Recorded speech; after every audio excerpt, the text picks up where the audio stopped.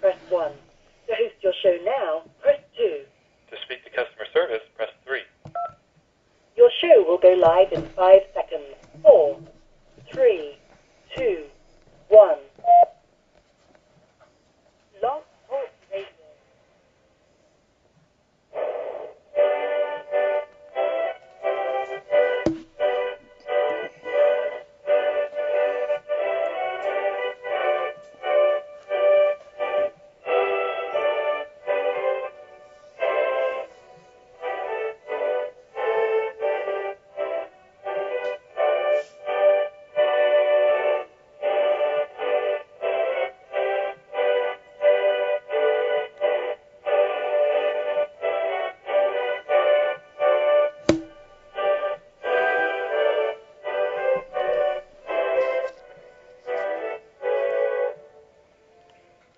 Boa noite, meus amigos. Estamos aqui de volta.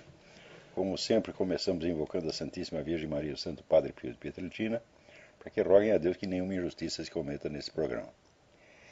Eu sei que já está um pouco tarde, mas não custa repetir o aviso de que a semana que vem eu vou estar aqui proferindo em Colonial Heights o curso Raízes da Modernidade, que é um título involuntariamente plagiado de um livro que eu não conhecia, do Padre Henrique Lima Vaz.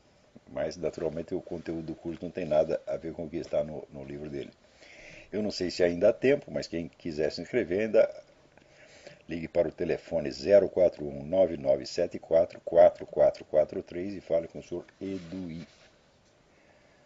Né?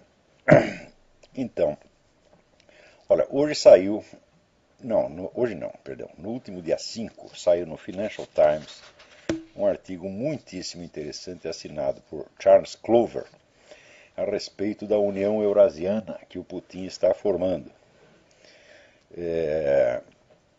E aparece então aqui uma declaração do professor Alexandre Dugin, muito importante. Ele disse: nós tivemos de esperar 25 anos para que essas palavras, União Eurasiana, pudessem ser pronunciadas em público pelos nossos líderes. Foram 25 anos de trabalho subterrâneo. Então, se você quer conhecer a política de um país e quer saber para onde as coisas vão, você tem que estudar a atividade dos intelectuais maiores, das lideranças intelectuais maiores do país, que não são as pessoas mais visíveis. São gente que não, dificilmente você vê na televisão, pode ver de vez em quando, tá certo? Mas são pessoas cujo poder de influência você não mede assim em termos de mídia, porque eles não influenciam o povão, eles influenciam a liderança direta, tá entendendo? Então, é nesses grupos de intelectuais que se forma a política do futuro. E qual é a obrigação do analista político, do estudioso? É ver o que esses intelectuais estão fazendo, o que eles estão aprontando, o que eles estão planejando e o que vai acontecer no futuro. Não é uma questão de você prever. Se o camarada está dizendo, olha, eu vou fazer isto, mais isto, mais isto, mais isto, mais isto, então é natural você supor que, se ele não for impedido, ele vai fazer exatamente o que ele está dizendo que vai fazer. Tá certo? Então, por exemplo, tudo o que o PT veio a fazer para destruir todas as lideranças de oposição está tudo nas atas do congresso do PT que o pessoal não lia. Tá certo? E, sobretudo, na vasta literatura, né, estratégica produzida pelos intelectuais petistas, que os nossos analistas de mídia não leem, porque eles não leem merda nenhuma. Esta que é a verdade. A gente vai falar o português claro, porra. Né? No Brasil, esse pessoal que escreve, né, eles escrevem para não ter que ler, porra. Então, quando você abre lá o Estadão, a Folha de São Paulo, quando você ouve aí Arnaldo Jabor, né, essa gente fazendo análise política, a coisa é de um primarismo, de uma estupidez tão imensa. E é por isso que eles estão sempre atrasados, eles estão sempre levando susto, né, com notícias do ano passado. Agora, quando a gente investiga em profundidade, vê os debates entre os intelectuais, entre as lideranças maiores, tá certo? E faz uma análise correta dizendo o que vai acontecer, o que acontece? Os indivíduos não entendem o que a gente está falando. Eles não sabem do que eu estou falando. Então, quando eu comecei a falar esse negócio de Alexandre Dugin, todo mundo dizia que eu estava louco, que apareceu um monte de especialistas, dizendo, não, o Dugin, o tempo dele já passou, ele não é mais influente, etc, etc. Justamente no momento em que os planos do Dugin estavam para virar a realidade política do dia, depois de terem sido cozinhados ali no subterrâneo durante 25 anos, meu Deus do céu. Mais ainda, o próprio Dugin confessa que a União Eurasiana, que começou com a união da Rússia ao Cazaquistão e Bielorrússia, é nada mais, nada menos do que a reconstrução da União Soviética. São palavras dele. Quer dizer, o homem está reconstruindo a União Soviética dentro da nossa cara. Tá certo? E aqui conta o Charles Clover, né? Que o líder da oposição, Eduardo Limonov, que foi o sujeito que inventou o nacional-bolchevismo. Esse negócio eurasiano começou com o nome de nacional-bolchevismo e foi criado por Eduardo Limonov, que é um escritor russo que viveu muito tempo aqui nos Estados Unidos. Escreveu um livro, Memórias de um Punk, né? Um livro muito interessante. E depois o Limonov viu a direção que a coisa estava tomando, ficou horrorizado e rompeu com o Dugin. E ele diz que a Rússia foi fundada por dois santos, São Cirilo e São Metódio, né? Que ensinaram lá o alfabeto cirílico para os russos, e civilizaram os russos, né? E ele diz que Putin e Dugin são São Cirilo e São Metódio do fascismo, né? Olha aí, gente, o que está acontecendo, o que está se aprontando diante do nosso nariz. Né? O movimento revolucionário ele tem essas duas aparências. Né? Ora tem uma aparência puramente socialista, internacionalista, ora vem com um programa nacionalista, imperialista, mas também socialista. Né? Então, quando você pensa que os problemas acabaram, não é aí que eles estão começando, meu filho. Você pensa que o fascismo morreu, o nazismo morreu? Não, apareceu agora com outra cara, está lá na Rússia, né, está sendo montado diante dos olhos sonsos dos comentaristas internacionais. Veja, agora começaram a escrever artigos sobre o Dugin no Financial Times. Talvez até discutam lá no Council of Foreign Relations, né, com 20, 30 anos de atraso. 25 para ser exato, não é nem 20 nem 30, é 25. Então, novamente aqui este que vos falo, começou a anunciar a coisa, falei do negócio em vários artigos, e enfim, terminou dando esse debate com o professor Alessandro Dugin, onde está tudo lá explicado, quer dizer, todos os planos dele, o que eles vão fazer e a merda universal que isso vai criar. Está tudo lá explicado já de antemão para quem quiser entender e quiser se preparar para a porcaria que vem aí por diante. O que esse pessoal está aprontando é simplesmente uma guerra contra os Estados Unidos. Tá certo? E na verdade é o seguinte, a Rússia está mais interessada na Europa do que nos Estados Unidos. Mas na China já existe, né, o famoso discurso do general, como é o nome dele? Xi Haotian, feito já há vários anos atrás, dizendo que o problema da China é o mesmo problema que o Hitler via na Alemanha, o problema do espaço vital. Né? Quer dizer, tem chinês pra caramba e a gente não tem onde colocar eles, então nós precisamos de terras. Mas, continua ele, qualquer país aliado dos Estados Unidos que a gente invada, os Estados Unidos vão reagir. Então não adianta você querer invadir a Índia, né, querer invadir países da Europa. O negócio é invadir direto a América, porra. Que daí já resolve o problema, já pega as três Américas juntas, né? Então isso aí é um plano que está sendo desenvolvido na China há muito tempo. Quer dizer, a Rússia vai ocupar a Europa Ocidental e os chineses querem aqui atacar e ocupar o território americano. Quer dizer, os camaradas começam a discutir isso com 20, 30 anos de antecedência, às vezes muito mais. Tá certo? Mas acontece que os comentaristas de mídia só leem mídia, eles só leem o noticiário do dia ou da semana. E o horizonte histórico deles tem 24 horas para frente, 24 horas para trás. Isso é o máximo que os desgraçados entendem. Pois você veja, justamente no momento em que está se formando esta União Eurasiana, né, em que a China discute abertamente planos de uma guerra contra os Estados Unidos, aparece o nosso já arquiconhecido, seu doutor Paulo, professor doutor emérito Paulo Giraldelli, dizendo, não, esse negócio de comunismo não existe mais, só existe na cabeça da Veja. Daqui a pouco até caiu o artigo dele na minha mão aqui, que está no meio da papelada, eu volto a comentar isso. Então é isto. Quer dizer, o sujeito ele liga a televisão, liga a TV Globo, não tem ninguém falando de comunismo. Ele lê o jornal que é onde ele mesmo escreve, né, é a Folha, o Estadão, e não tem ninguém falando de comunismo. Conclusão, o comunismo não existe. Né? Você não vê anúncio de comunismo, né? É, você não vê ninguém fazendo conferência sobre Karl Marx na televisão, então não existe, meu Deus do céu. Então esse pessoal, eles se alimentam da TV Globo, porra. Você tá entendendo? Então quando é que eles vão poder entender alguma coisa da política internacional? Nunca, nunca. Isso é impossível, impossível. Né? Ai, ai, ai. Então também aí apareceu um artigo do nosso também já conhecido Paulo Moleira Leite, né, falando mal das pessoas que criticam esse excesso de homenagens ao Lula. Lula ganhando título de doutor honoris causa. Então ele fala, não, que as pessoas não valorizam aqueles que não tiveram a oportunidade de fazer estudos formais, etc, etc. Olha, o Lula teve todas as oportunidades. E o que faltou para ele não é estudo formal, é estudo formal ou informal ou qualquer um. Porque o Lula simplesmente não lê livros. Tudo que ele sabe é de ouvir falar, coisa que assessor soprou na orelha dele. E que ele esquece metade. E quando vai chegar na hora do discurso, ele se atrapalha todo e inventa lá alguma metáfora futebolística para tampar o buraco. Quem é que não sabe que a política econômica do governo Lula veio toda pronta do Banco Mundial, porra? Hã? Então os caras já, ó, Lula, você faz isso, mais isso, mais isso, mais isso, mais isso. O Lula, que não é de desagradar ninguém, ele disse sim, senhor. Né? E daí veio o pessoal do Foro de São Paulo, essa parte econômica. E a parte estratégico-política foi a turma do Foro de São Paulo que decidiu, porque o Lula, quando ele presidia a Assembleia do Foro de São Paulo, fazia a mesma coisa que quando ele presidia as Assembleias do PT. Ele deixava o pessoal discutindo e ia tomar um cafezinho. E quando voltava, falava, o que vocês decidiram? Decidiram tal, tal, tal. E ele vestia a camiseta e saía repetindo aquilo.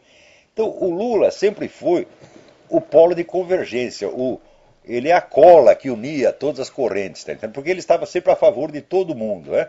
Ele não tinha inimigos. Né? Ele não tem inimigos no Foro de São Paulo, ele não tem inimigos no sistema bancário internacional, ele não tem inimigos em Wall Street, ele não tem inimigos na Rússia, não tem inimigos na China, não tem inimigos no mundo islâmico, não tem inimigos em parte alguma. Essa é a única especialidade dele.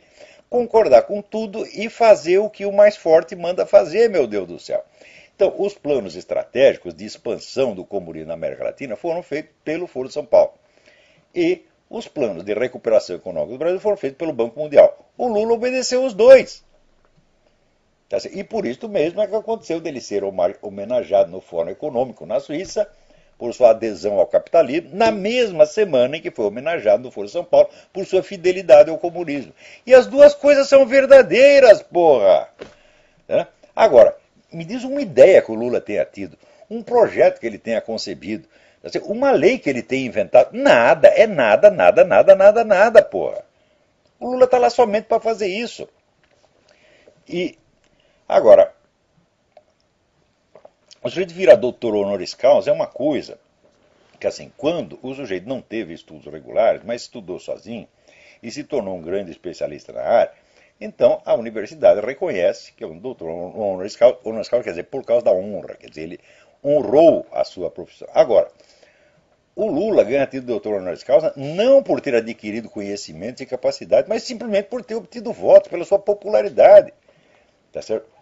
Mais ainda, ele começou a ganhar essas coisas antes de se tornar tão popular, e esse foi um dos instrumentos principais que os bancos internacionais usaram para promovê-lo. Desde o comecinho foi isto. Esta badalação do Lula é uniforme e constante na mídia desde que o Lula apareceu. Não se fala uma palavra contra o desgraçado. E vocês aí no Brasil, vocês leem essa coisa toda e dizem, oh, que maravilha, novamente a Europa se curva ante o Brasil. Meu Deus, quem é que não vê que isso aí é tudo planejado pelo próprio sistema globalista? Diz, oh, nós vamos botar esse idiota lá no Brasil, ele vai seguir a nossa receita. Nós precisamos do Brasil, porque nós vamos derrubar a economia americana, então nós precisamos de um lugar para a gente botar nosso dinheiro. E nós vamos dizer que o cara é divino maravilhoso, porra. É? Então, quer dizer, as pessoas estão se deixando enganar.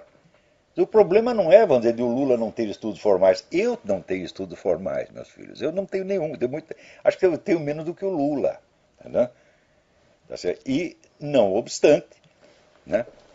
Uma vez o Bruno Tolentino disse, não, nós precisamos lançar uma campanha para a USP lhe dar um título de doutor honoris causa. E eu falei, quem vai assinar o título? Hein? O sujeito que vai assinar o título está qualificado para ser meu aluno? Eu acho que não. Esta semana, por exemplo, eu li em um artigo do doutor José de Souza Martins, que não apenas é professor de sociologia, mas professor emérito da Faculdade de Filosofia, onde ele explica a decadência moral do Brasil, sabe, como reação à ditadura. Ora, meu Deus do céu, o cara é sociólogo? Eu digo, não, não é sociólogo de jeito nenhum. Ele está brincando de sociólogo, está fingindo de sociólogo, porra. O sociólogo tem a obrigação de saber que mais de metade da população brasileira está abaixo de 30 anos de idade e não pode ter sofrido absolutamente nada num regime que acabou 25 anos atrás. O sujeito estava com 5 anos de idade, quando teve 5, 6, 7, 8 anos de idade. Então, que opressão política ele pode ter sofrido no tempo da ditadura, meu Deus do céu? Então, uma coisa não tem nada a ver com a outra. Agora, é o seguinte, essas novas gerações também mal sabem da ditadura. Tudo que elas sabem da ditadura veio através de jornalista, de professor, tá certo? De gente como o seu Zé de Souza Martins e outros, artista de TV, né? Quer dizer, os intelectuais, naquele sentido elástico que o Gramsci dá ao termo. Né? Quem quer que sirva para fazer propaganda revolucionária, segundo o Gramsci, é intelectual. Então, os intelectuais é que inventaram essa história de que a ditadura, né, foi uma coisa tão má que agora justifica a gente cair na gandaia e cada um buscar o máximo de prazer que possa para aliviar o sofrimento que teve durante a ditadura. Ora, meu Deus do céu, será que é possível que o sujeito, para ele buscar uma satisfação erótica ou etílica, ele precisa de uma ditadura? Eu nunca precisei. Precisa outra coisa dura, mas ditadura não. Tá, né? Então,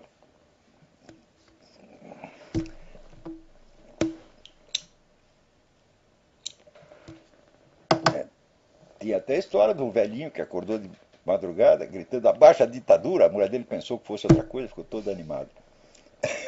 Né? Então, isso é o máximo que você precisa para você cair na gandaia, meu filho. Então, agora, também ele critica o consumismo. Quer dizer, o consumismo da nova geração é culpa da ditadura. Né? Digo, olha que incrível. Já no tempo da ditadura, né, houve um plano econômico bem sucedido. O Brasil crescia 15% ao ano, não 4% como no tempo do Lula. 15% ao ano. Todo mundo encheu o cu de dinheiro e saiu comprando tudo que havia para comprar. Naquela época, então, é claro, houve uma ascensão social, uma distribuição de renda absolutamente formidável, e a turma da esquerda o que fez? Ficou contente porque melhorou a situação dos pobres. Pô, olha aí, os pobres estão comprando, agora estão comprando até televisão a cores, comprando até automóvel. Ficaram contentes porque melhorou a vida dos pobres? Não. Esconderam essa parte, só falava do consumismo. Agora aconteceu de novo a mesma coisa. Não com as dimensões que a coisa aconteceu no tempo da ditadura, que naquela época beneficiou 60% da população brasileira. Não 10 ou 12% como no tempo do Lula. Quer dizer, foi uma ascensão social muito maior, distribuição de renda muito mais significativa. Né? Então agora aconteceu a mesma coisa, o pessoal está ganhando mais dinheiro, então começa a comprar coisa, então o que a gente faz? Celebra, né, os resultados da política econômica do Lula, mas ao mesmo tempo não pode culpar ele do consumismo. Então, quem é o culpado do consumismo atual? A ditadura de 30 anos atrás. Quer dizer, é um raciocínio de jirico. Quer dizer, como sociólogo, esse sujeito é nota zero, abaixo de zero, tá entendendo? Então, ele devia entrar num daqueles testes internacionais dos brasileiros que não ser para o último lugar. Fazer um teste. Vamos fazer um. Eu já sugeri, mas ninguém aceita a minha sugestão. Vamos fazer um teste internacional de professores universitários. Né? Vamos fazer um teste de ministros da educação, de ministros da cultura. E você vai ver que o brasileiro vai continuar tirando o último lugar. Quer dizer, não é por falta de escola, meu Deus do céu. O problema no Brasil é o ódio ao conhecimento. Isto é muito velho no Brasil e com a ascensão do lulismo, a coisa piorou formidavelmente. Tanto que hoje, os fatos mais óbvios da vida social não podem ser discutidos porque eles não são sequer percebidos. Quer dizer, às vezes, o sujeito está falando de um assunto, no teor mesmo das palavras que o camarada usa, está afirmado o contrário daquilo que ele está querendo dizer e ele não percebe. Eu vou dar um exemplo para vocês.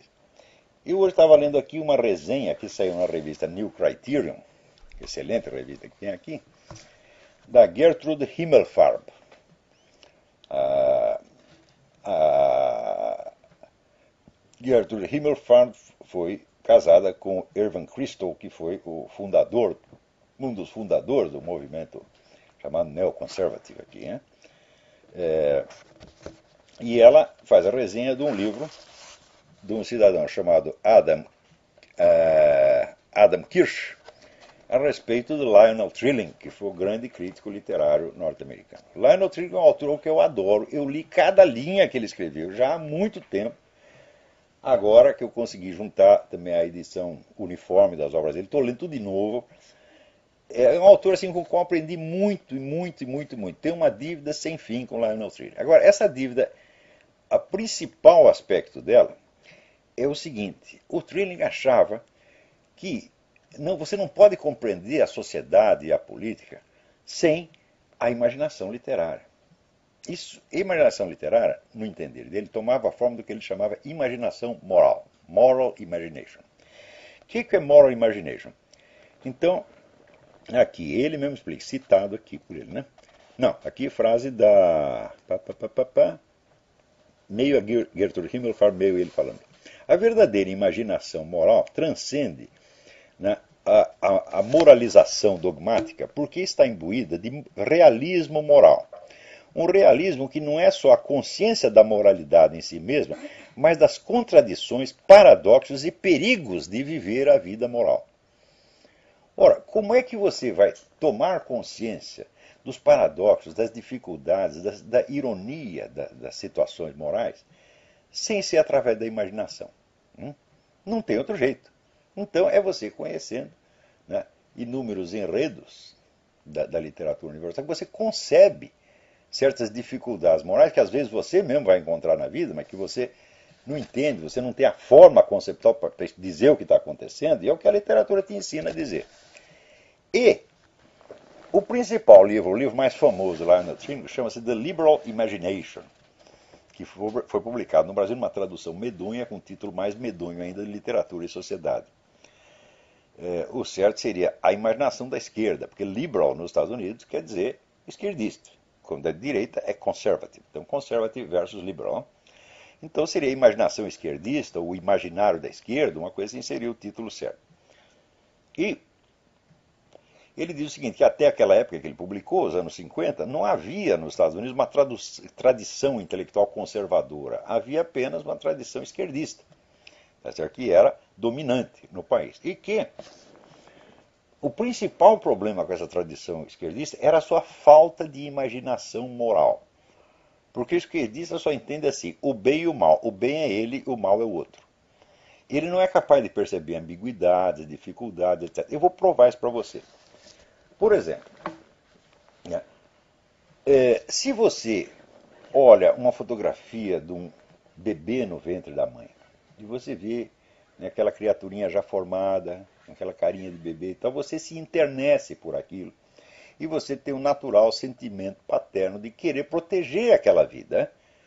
Se um esquerdista vê você fazendo isto, ele diz, isso é nazismo, isso é fascismo, e ele já quer prender, matar, você está entendendo? Ou, no mínimo, calar sua boca. Quer dizer, um sentimento humano normal, até banal, tá certo? Visto do ponto de vista esquerdista, é uma coisa monstruosa. Quer dizer, o esquerdista não é capaz de ampliar a sua imaginação para entender o sentimento do outro. Claro que um conservativo, os conservativos são os caras que melhor descreveram a psicologia da esquerda. Começa falando Dostoiévski, né? Shakespeare, né? Goethe, né? Então, mas a figura de um conservativo na imaginação esquerdista é apenas um estereótipo monstruoso. É uma coisa estranha, esquisita. Vou lhe dar outro exemplo. Você tem aqui uma mulher e tem um homem vestido de mulher. Você instintivamente percebe a diferença. É uma coisa inteiramente normal, um sentimento espontâneo. né? E você vai se sentir um pouco constrangido de chamar de senhora um sujeito peludo do tamanho do Schwarzenegger, tá certo? Com 2 sutiãs cheios de borracha. Isto, na cabeça do esquerdista, é preconceito, é homofobia, é ódio anti-gay. Ou seja, ele não é capaz de entender nem sentimentos banais que os outros têm. Quanto mais sentimentos mais complexos, mais refinados, tá certo?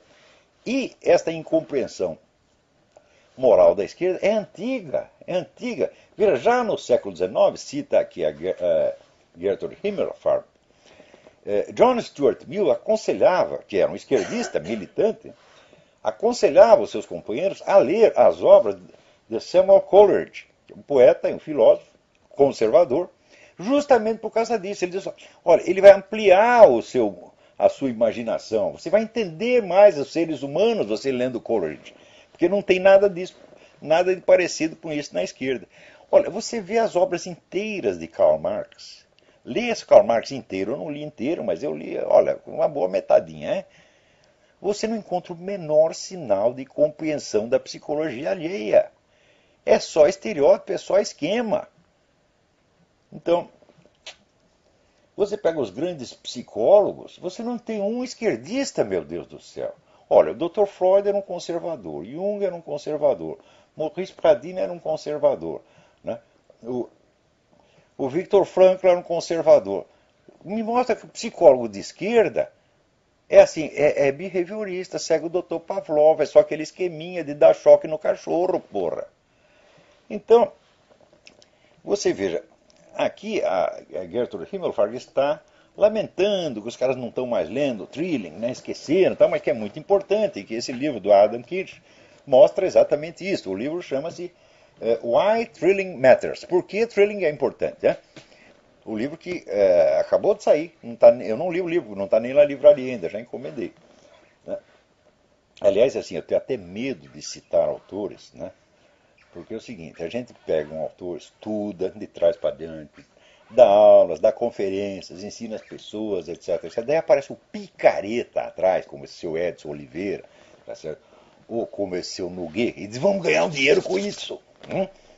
E sai lá, o seu Nogueira, por exemplo, acaba de publicar as traduções que ele fez do Xavier Zubiri. Ora, o Nogueira, quando começou a traduzir o Xavier Zubiri, isso vai fazer quase 20 anos atrás, ele não entendia uma palavra daquilo lá. E eu praticamente tinha que dar uma aula para ele todo dia. Ele estava preparando a tradução para a editora Record, na série Biblioteca de Filosofia. Tradução de El Hombre y Dios. Né? Então, além das aulas normais que eu estava dando sobre o Xavier Zubiri, cujo mérito, aliás, não era meu, porque metade do que eu entendi do Xavier Zubiri eu devo ao grande pioneiro que foi no Brasil, o padre espanhol Xavier Sotil Bailos, que era diretor de um seminário em Brasília, onde eu dei várias aulas durante 2 anos, inclusive sobre o Xavier Zubiri, mas eu confesso que o que me tornou inteligível, né, o Xavier Zubiri foram as apostilas do padre Xavier Sotil, que há muito tempo eu perdi a comunicação com ele. É uma pena, porque era um grande homem. Ele esteve no Brasil um tempo, voltou para a Espanha, eu sei lá onde está. Então, eu, em parte com as minhas próprias leituras, em parte com o que havia aprendido do padre Xavier Sotil, ia lá trocando em miúdos aquilo, né, e acertando ali a tradução do Carl Nogueira, onde havia dúvidas, dificuldades. Para ele, aquilo era novidade total, ele nunca tinha lido o Xavier Zubiri, né? Depois dei várias aulas a respeito na realizações, etc. Ou seja, aplanei o caminho dessa gente toda e, mais ainda, coloquei lá os livros do Xavier Zubiri num plano editorial para o seu Edson Oliveira da Realizações, né? Exercendo, portanto, gratuitamente o papel de diretor editorial. Agora saem os livros do Xavier Zubiri e os caras nem para dizer, olha, isso aqui foi um plano editorial do Olavo de Carvalho que nós estamos realizando agora, mas nem para dizer isto, porra! Quer dizer, isso é um bando de picaretinha, tá certo? Ó, no Brasil sempre foi assim, como faltam intelectuais criadores, intelectuais de primeiro plano, então, vamos dizer, o terceiro, quarto escalão da vida intelectual, que são assim, são tradutores, são resenhistas, são revisores, são arquivistas, adquirem uma importância extraordinária e são cultuados como se fosse o grande mestre. Quer dizer, o negócio está tudo de cabeça para baixo, porra! Então, isso já era assim no tempo do Lima Barreto. Leia o Lima Barreto, que ele descreve isto que eu estou lhe dizendo. Isto há 100 anos, mais de 100 anos atrás já era assim. Agora piorou. Tá certo? Então o pessoal vem aqui, olha, saiu o livro do Xavier Zubiri. Ó, por um lado eu fico contente, porque saiu o livro do Xavier Zubiri. É ótimo que saia. Tá certo? Porém, por que brasileiro, quando vai fazer um negócio que é bom, ele tem que sujar? Hã? Quer dizer, ele faz, né, um bolo, um doce assim, e depois tem que pôr um pouquinho de merda em cima, porque senão não tá bom. Por quê tem que ser assim? Por que a coisa não pode ser íntegra, correta? Já dizia São Tomás de Aquino, a ação boa é aquela que é boa na intenção, no planejamento, nos meios de execução e no resultado. Ora, nem sempre nós conseguimos isso, mas isso tem que ser o nosso objetivo em todos os momentos da vida, meu Deus do céu. Agora o brasileiro só pensa no que ele quer parecer, no que ele quer que os outros digam dele. Tá certo? Então no meio vai fazendo a merdinha, esconde um pouco aqui, suja um pouco lá, e no fim, tudo sai comprometido, meu Deus do céu. Né? Então, olha, por isso quando estava lendo o negócio da Gertrude Himmelfarb, eu falei, olha, a diferença entre os Estados Unidos e o Brasil é que nos Estados Unidos eles estão preocupados em recuperar a memória desse grande crítico do passado. Ao passo que no Brasil a influência dele jamais entrou, nem pode entrar. Porque a falta de imaginação moral, da qual, por exemplo, esse professor José de Souza Martins é um exemplo, né? No Brasil se tornou obrigatória. Você só pode julgar as coisas através de estereótipos, de figuras mecânicas, de caricaturas grotescas, só pode. E isso se tornou obrigatório. E o pior, as pessoas que são mais assim, mais incompreensivas, mais duras, mais desprovidas de imaginação e de empatia humana, são esses que mais falam da diversidade, meu Deus do céu. Quer dizer, uma coisa de uma inversão tão óbvia, tão patente, tão nojenta. Né? Por exemplo, se um sujeito chega para mim e diz, olha, nós queremos aqui a instituição do casamento gay. Eu vou pensar isso. Vou pensar por que eles querem isso, será que é bom, etc. Com toda a honestidade, vou pensar naquilo. Tá certo? Agora, se alguém diz, olha, casamento gay não é bom, as pessoas ficam horrorizadas. Elas não querem ouvir as suas razões, não entendem nem os seus raciocínios, quanto mais os seus sentimentos, meu Deus do céu. Né? Então, por exemplo, quando aqui terminaram a política né, nas Forças Armadas, que não é para você falar, né? Não se fala disso aí. Se o cara é gay, esquece, a gente não pensa nisso. Então, não, nós queremos agora ser aceitos no Exército, já eram aceitos no Exército, nas Forças Armadas todas. Nós queremos ser aceitos não apenas enquanto cidadãos americanos, mas como gays. Eu falei, bom, eu não vejo por quê. E se, por exemplo, eu sou um punheteiro desenfreado, tá certo? Eu só gosto de mim mesmo, só faço sexo olhando no espelho e tocando punheta. E eu vou me inscrever no Exército. Falar, agora eu quero ser soldado do Exército, quero ser marine, né? Quero ser piloto de avião. Mas eu não quero ser aceito assim apenas como cidadão. Eu quero ser aceito oficialmente como punheteiro. Escreve aí, carimba aí. Né? Ora, é uma coisa muito estranha, não é? E se, por exemplo, eu sou um sujeito praticante da bestialidade, só gosto de transar com tatus e cabritas. O seu presidente da República, ele diz que tinha saudade do tempo que se comia cabrita no Pernambuco. Né? Isso quer dizer, ele não vai ter saudade de uma coisa que ele não fez, de uma experiência que ele não teve. Então, eu dizer que o seu presidente é um comedor de cabrita é apenas interpretá-lo, respeitar o sentido da sua declaração. Quando ele se gabou de tentar estuprar um companheiro de cela, foi a mesma coisa. Né? Eu não sei se ele estuprou, mas que ele se gabou, ele se gabou. Daí aquele bosta do Amorim, Paulo Henrique Amorim, publica lá no site dele. Esta história do estupro já foi desmentida e Olavo de Carvalho com isso ganhou o título de filho da puta do ano. Então, filha da puta é você, o seu pai, a sua mãe, aquela vaca da sua mãe, todos esses filhos da puta, viado, filhas da puta integrais, tá entendendo? Por quê? Eu não disse que o Lula estuprou ninguém, eu disse que ele se gabou de estuprar, e a informação é correta, seu vagabundo, que não tem a menor ideia do que é jornalismo, você é um cabo eleitoral, você é um cara... Olha, inteiramente vendido e comprado. Tá entendendo? Então, bom, então, isso quer dizer que. Eu vou lhe dar um exemplo. Né? Eu escrevi artigos, já mais de um ano atrás, dando as minhas conclusões sobre a psicologia gay e por que, que a formação da identidade, chamada identidade gay, era um processo tão sofrido. Eu desafio qualquer gay a ler aquilo e me dizer se as coisas não são exatamente assim. Quer dizer, se a experiência dele não confere com isso aí. Então isso quer dizer que eu pego esses gaysistas, tá certo? E tento entender o sentimento dos caras, a vivência deles, etc, etc. Às vezes, estudando essas coisas, a gente chega a conclusões espantosas e até chocantes. Por exemplo, né, agora saiu uma pesquisa aqui dizendo que os Estados Unidos americanos, né, saiu numa revista de saúde aqui, os americanos aceitam mais o homossexualismo do que antes. Digo, olha, mas eu estudei esse negócio de homossexualismo em várias culturas e civilizações e cheguei à seguinte conclusão. A aprovação ou desaprovação social do homossexualismo não tem nada a ver com a incidência maior ou menor de homossexuais na sociedade. Zero. Algumas das épocas onde teve uma explosão gay eram épocas de extrema repressão e ódio oficial ao gaysismo. Vou dar um exemplo para você. A Florença, a Itália, na época da Renascença. A cultura era tão hostil ao homossexualismo que o homossexualismo dava pena de morte. Todo mundo falava mal, todo mundo falava contra, e se pegava um gay, pum, pena de morte. Né? E não obstante, foi uma época de imenso florescimento do gaysismo. Né? Ao passo que, por exemplo, entre tribos brasileiras e de índios brasileiros, há uma certa aceitação e neutralidade. E o número de homossexuais é ínfimo. Aliás, o homossexualismo ali é mais uma prática infanto-juvenil. Quando o sujeito faz o rito de passar para ele virar adulto, ele esquece aquilo e só quer saber de mulher. Então, olha, pensei aqui e falei, pô, mas se a coisa tem em todas as culturas mais diferentes possíveis, então não pode ter uma causa cultural, meu Deus do céu.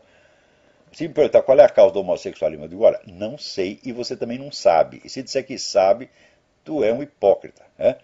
Então, eu vejo que essas coisas têm que ser tratadas com certo cuidado. Tá certo? Não é para não ferir suscetibilidades imbecis, não, para não ferir sentimentos reais. Né? E também para não cometer injustiça, que a gente tem que ter, vamos dizer, 100% de justiça. Mas eu já ouvi cara cristão até defendendo pena de morte por homossexualismo, meu Deus do céu. Olha, na Romênia onde eu vivi, o homossexualismo era crime. Então eu só vi 2 em toda a Romênia, os 2 na embaixada brasileira. Agora vai dizer que não tem nenhum? Tem de monte. Então, falar, se vocês querem aqui fazer uma campanha moralista contra o homossexualismo, não conte comigo. Nem contra o homossexualismo, nem contra qualquer outra conduta sexual. Por quê? Conduta sexual não é ideologia. O sujeito não vai para a cama com outro ou com outra por ideologia. Ele vai porque ele tem um impulso, ele tem um desejo. E da onde nasce o desejo? Eu falei, eu não sei. Como é que faz para desligar o desejo na cabeça do cara? Também não sei. Agora, movimento gaysista é outra coisa. Movimento gaysista é fascismo, gente. Movimento gaysista é assim, é dar ao governo instrumentos de policiar até o que você pode falar ou não pode falar. Tá certo? Então, isso aí nós temos que combater. Agora, o homossexualismo existe desde que o mundo é mundo, meu filho. Né? Agora, o movimento gaysista começou agora. O homossexualismo não vai terminar, mas o movimento gaysista vai ter que terminar. Como vai ter que terminar esse império eurasiano, como terminou o nazifascismo, como terminou o comunismo na União Soviética, todas essas ideias malucas têm que acabar, porque elas são ideias assassinas, porra.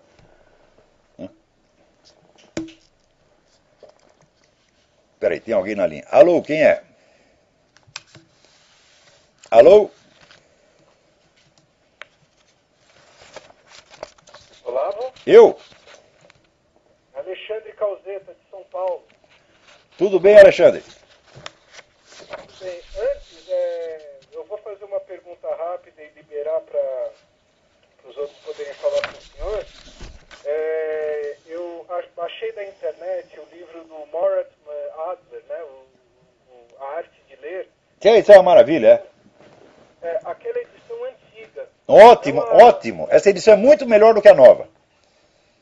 É o que eu ia perguntar para o senhor, porque eu não sou estudante de nenhuma ciência humana, eu simplesmente gosto do programa do senhor. Aliás, eu estou acompanhando desde os antigos e desde que eu ouvi o conselho que eu fiz para o senhor há uns programas atrás, né, de o que fazer, o senhor falou, façamos o que é do nosso dever, o senhor não tem ideia de como é difícil fazer o que é do nosso dever e dar de cara com tanta omissão por aí, em todos os graus, político, trabalho, o Brasil é isso daí, tudo que o senhor falou desde o início do programa até agora. Bom, mas eu queria saber do senhor, para mim, eu deveria ser aluno do senhor do seminário, mas eu queria saber se eu seguir esse programa do Mortimer Adler, eu consigo ter as mesmas bases, ou então, como é que eu posso dizer, uma fonte segura de informação de verdade. Não, para os meus alunos, eu considero que o sujeito seguir mais ou menos o plano do Adler é um esforço paralelo, ele tem que fazer isso de qualquer maneira. Eu sempre digo o seguinte, olha, a aquisição de uma cultura literária vasta é uma condição necessária para você poder estudar filosofia proveitosamente. Como no meu curso eu não posso, eu mesmo, né, dar essa instrução literária, que tomaria outros 5 anos, então eu digo, olha, vocês se virem seguindo mais ou menos o método Adler e baseando nas indicações do Otto Maria Carpeau da História da Literatura Ocidental. Então, uma coisa não tem nada a ver com a outra, as duas devem ser feitas paralelamente. Agora, esse livro você fez bem de pegar a primeira edição, porque o Adler depois ele complicou o método dele. Então, este livro era uma obra-prima. A nova versão, bom, é um livro muito bom, interessante, mas não é uma obra-prima. Né? Ok, obrigado. Só para lembrar, a edição é de 1956. Isso, saiu pela editora Agir, se é que eu me lembro. Tá certo, Olavo. E só uma informação nova, agora aqui em São Paulo, se você tiver uma briga de trânsito e apanhar na rua e dizer que você é homossexual, você consegue ter um atendimento diferenciado na delegacia. Mas é o tal negócio. Eu digo uma coisa, o que é ser homossexual? É você ter certo tipo de desejos. Porque nem toda pessoa que é homossexual, que tem um desejo homossexual, tem oportunidade de realizar todos os seus desejos. Os heterossexuais também não. Então, o homossexualismo, tal como o heterossexualismo, é em primeiríssimo lugar uma fantasia. Isso quer dizer, um desejo que você tem, que você vive em fantasia, em pensamento, antes de poder vivenciá-lo, né, fisicamente. Então, ora, por que uma fantasia sexual deveria ser considerada mais sacrossanta, mais digna, mais merecedora da proteção oficial do que o sentimento religioso da população? Isso em si já é uma aberração, meu Deus do céu. E se o cara tiver outra fantasia sexual? E se ele apanhar no trânsito e ele disser, eu sou sadomasoquista, serve? Não serve. Só certas fantasias sexuais, né, são protegidas por lei, meu Deus do céu. Se o cara disser, olha, eu sou um punheteiro inveterado, eu só gosto de mim mesmo, ele vai ser protegido pela lei? Não. E se ele disser assim, olha, eu tenho, que nem o personagem do livro que eu li, The Devil, do Shelby, né? É assim, eu só tenho tesão por mulher casada. É uma fantasia. Hein? Serve esta fantasia? Né? Chega lá, não, seu delegado, eu só como mulher casada, comi até a sua. O cara vai ser protegido por isso? Não, então por que a fantasia homossexual será tão sacrossanta? É porque os homossexuais são perseguidos? Não. Vamos dizer, proporcionalmente, o número de crimes cometidos contra homossexuais, comparado, vamos dizer, à totalidade dos crimes brasileiros, não basta para configurar nenhuma onda de homofobia violenta no Brasil. Ao contrário, mostra que o Brasil é um país extremamente tolerante. E mais ainda, o próprio grupo gay da Bahia, quando soltou essa estatística, disse, olha, uma grande parte aqui é cometida por garotos de programa. Ora, você acha que o garoto de programa capaz de comer outro homem igual a ele é o que? É heterossexual? Ah, meu Deus do céu! Se o cara é heterossexual, você pode mostrar 500 homens pelados para ele, que, vamos ser sinceros, o peru dele não levanta, porra. Se levanta é porque o cara tem aquele desejo, tem aquela fantasia também. Senão não conseguiria, porra. Você viu, heterossexual puro é cara assim que não gosta nem de contato físico com o homem. É uma repugnância instintiva, corporal, como tinha, por exemplo, o Graciliano Ramos, tinha isso. É que ele estava na cadeia, o cozinheiro era gay e o Graciliano ficava pensando, ele mexe nos pintos dos outros, depois vem fazer minha comida, e daí ele não conseguia comer. Não era preconceito. Era uma reação instintiva. Por que essa reação instintiva também não deve ser protegida por lei? Por que nós temos que violar os nossos sentimentos, as nossas reações instintivas, e só a do outro é válida? É claro que isso é juridicamente monstruoso, moralmente inaceitável, tá certo? Isso aí é tão aceitável quanto você cometeu a violência contra um gay só porque ele é gay. O cara é viado, vou lá descer a mão dele. Ora, quem é que não sabe que bater, tá certo, em gay é perversão sexual também? Quem é que não sabe? E se o cara disser, olha, eu tenho prazer sexual batendo em gay, ele será protegido pela lei? Então, quer dizer, esse privilégio concedido a uma fantasia sexual, não só sobre as outras fantasias sexuais, né, mas sobre reações morais espontâneas, instintivas, sobre o sentimento religioso da população, é uma monstruosidade, isso não pode ser aceito de jeito nenhum. Então, se vocês querem proteger os gays, pelo amor de Deus, vocês inventem outro instrumento, mas não desse jeito. Porque isso aí não se trata de proteger vocês, trata de oprimir todos os demais, não só oprimir com pena de prisão possível, mas oprimir psicologicamente, criar o medo de você falar, o medo de olhar, tá certo? O medo de um gesto, é uma coisa horrorosa. Quer dizer, isso é um fascismo, evidentemente.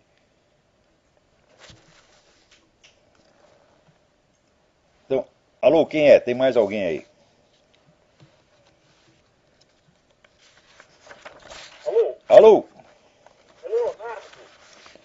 Leonardo, tudo bem? Eu queria perguntar se o senhor já acredita que Herman Cain tem chance de ser escolhido para disputar a eleição com o Obama. Tem muita chance, está crescendo cada vez mais, é o meu candidato.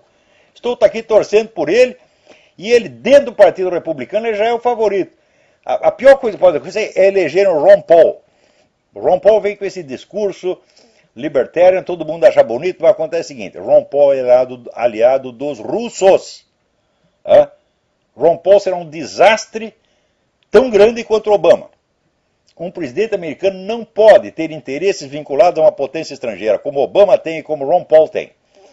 Se você vê a propaganda do Ron Paul que a TV russa faz, sabendo que a TV russa é órgão do governo, órgão do seu Putin, então eles não estão fazendo isso só pelos belos olhos de Ron Paul. Não é para confiar nesse homem. Mas Ele defende a descriminalização da cocaína e da heroína. então, Além da prostituição também. então tá aí. Bom, eu sou contra criminalizar a prostituição, sempre fui. Sempre fui. E a lei brasileira está muito certa, ela não criminaliza a prostituição, mas ela criminaliza a exploração da prostituição. Então a lei brasileira é a melhor do mundo nesse aspecto. Você não tem que...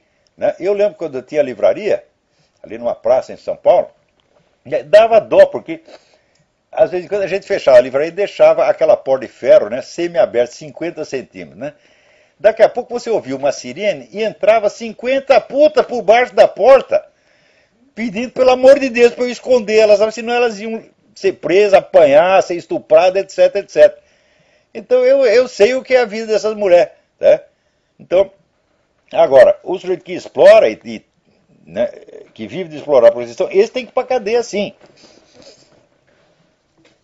Agora, aqui, você criminalizar a prostituição é a mesma coisa que criminalizar a homossexualidade.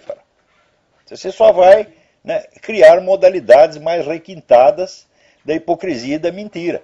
Além de você criar uma horda inteira de pessoas facilmente subornáveis, chantageáveis. Quer dizer, você vai corromper mais os costumes ainda. Peraí, tem mais gente aí na linha. Alô, quem é? Alô? Alô, quem é? É o André? Tudo bom, Olavo? André, tudo bem? Tudo bem, graças a Deus. Olavo, eu queria tocar no assunto aí, gostaria de, um assunto assim que é pouco falado, queria saber a opinião do senhor a respeito do Japão, da posição do Japão, porque, bom, nós vemos que o Japão já teve, o imperador do Japão já teve alguns encontros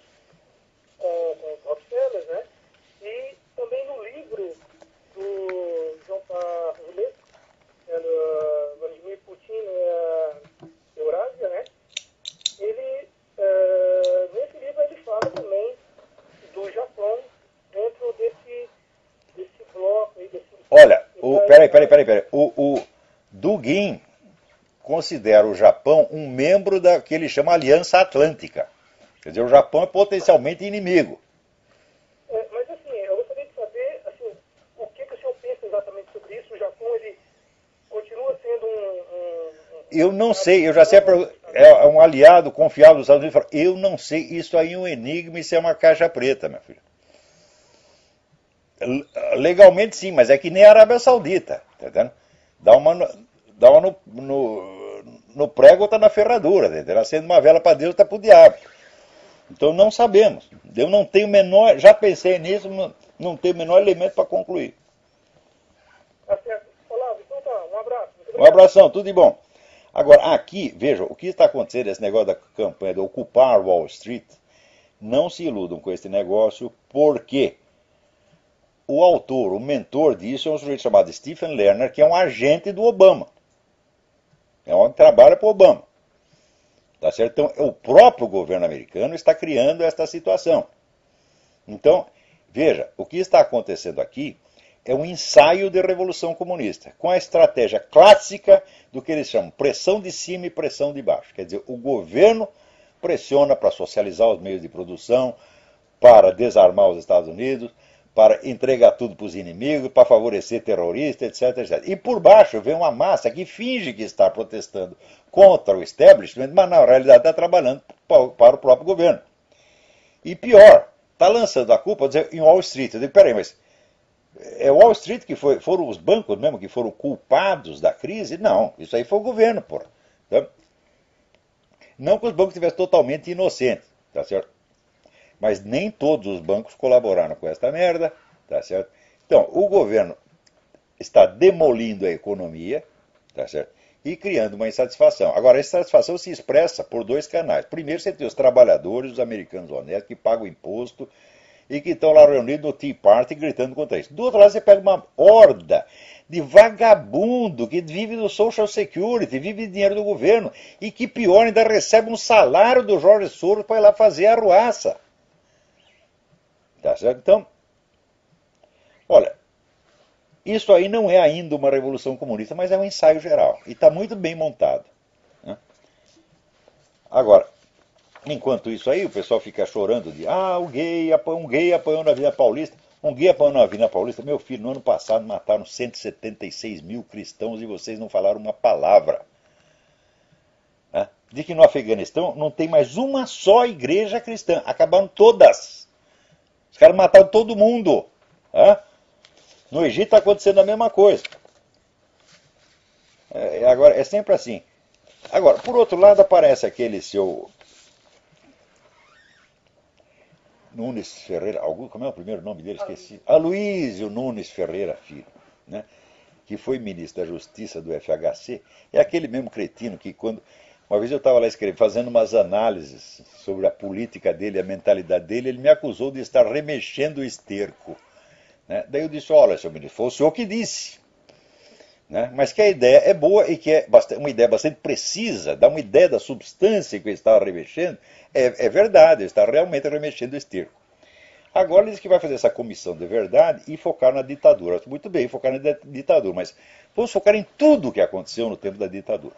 Primeiro, o que tem que ser averiguado é o seguinte, quantos desses brasileiros, tá certo, que estavam associados a Cuba, quantos exerciam cargos no serviço secreto de Cuba, na polícia de Cuba, no exército de Cuba, etc., e foram responsáveis pelo genocídio que foi feito em Cuba e que foi feito em Angola. Não pode investigar isso? Ah, não pode, eles têm que ser inocentados a priori. Então significa o seguinte, que um regime que ao longo de 20 anos matou 300 terroristas, a quase totalidade deles armados, alguns, é claro, desarmados, foram mortos da cadeia covardemente, isso é imperdoável, tá certo? Mas a maioria ali foi morto de arma na mão. Então, matar 300 terroristas parece mais grave do que um genocídio de 100 mil pessoas que se fez em Cuba, pô, com a ajuda desses mesmos caras. Se é para averiguar crime, ou seu mergulho no esterco, vamos averiguar direito. Vamos descobrir tudo, porra. Agora, tu não é homem para fazer isso. Tá? Tu não é homem porque tu não quer saber verdade, coisa nenhuma. A verdade na sua boca, a palavra verdade na sua boca, a palavra sai emporcalhada. Tá certo? Porque é só mentira o que vocês querem saber, fazer.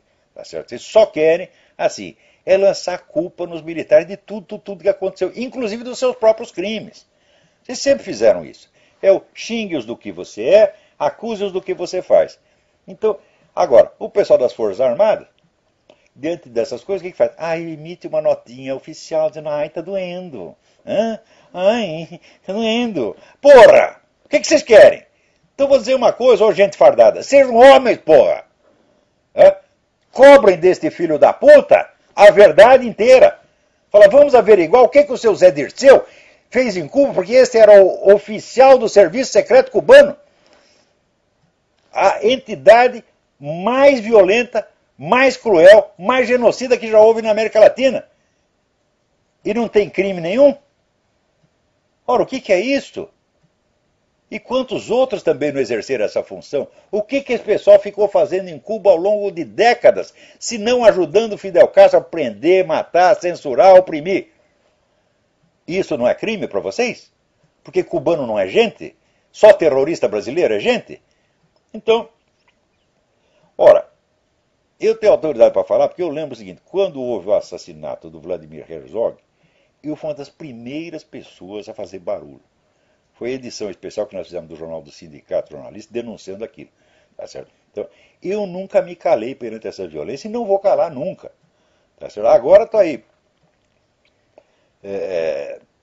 Eu mesmo estou denunciando. Falar, que está ressurgindo o fascismo na Rússia, porra. Tá entendendo? Vocês tomem cuidado, quer dizer, você esquerdista todo, os caras vão usar você e depois vão matar todos.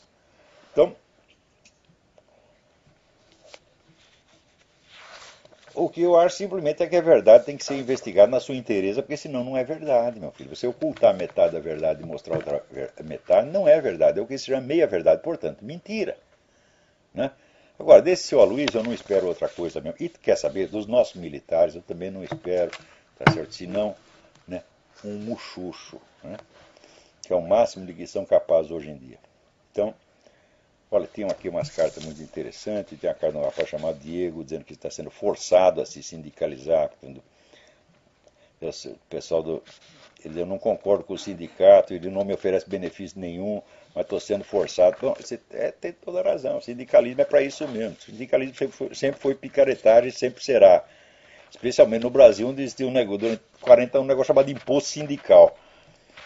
Né? Bom, meus amigos, então o nosso tempo acabou. Até a semana que vem. Muito obrigado.